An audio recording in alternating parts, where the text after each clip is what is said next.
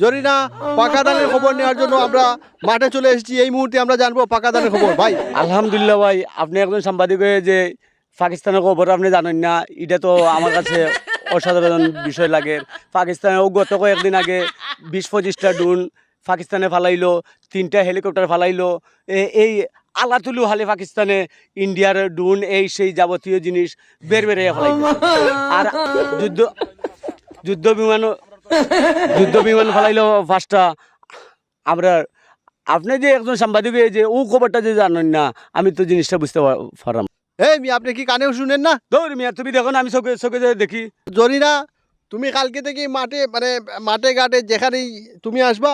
এই সাংবাদিক এটা আইছে, পাকিস্তানের খবর সাংবাদিকে জানে না। আমরা হইতাম আইয়া জিকায় আমারে পাকিস্তান বালানি, সাংবাদিক হইয়া এ খবর জানে না। কোন এটা সাংবাদিকে বাংলাদেশে বিদায় করা দরকার ইতারে আউট করা দরকার।